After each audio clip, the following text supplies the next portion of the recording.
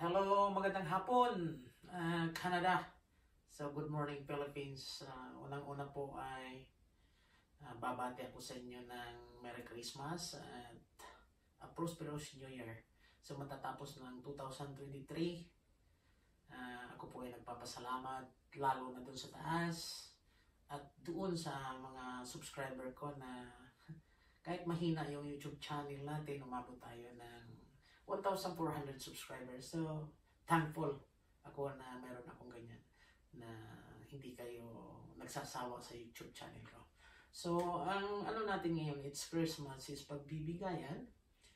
So, pwede naman natin gawin kahit hindi Christmas, nagbigayan tayo. Lalo na sa ating mga magulang, especially sa mga nanay natin. Kasi ang nanay natin, kung wala yung nanay natin, hindi tayo aabot sa ganito. So, mahalin natin yung mga nanay natin. Yung nanay nyo, mahalin nyo. Kung wala kayong maibigay na regalo, so huwag kayong mag-atubili. Yakapin nyo yung nanay nyo. Isang mahigpit na yakap at isang halik man lamang sa noo. Hindi lang Christmas, araw-araw.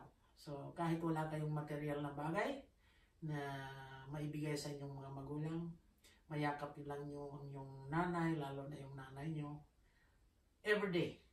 At sabihin nyo, nanay, salamat sa inyo.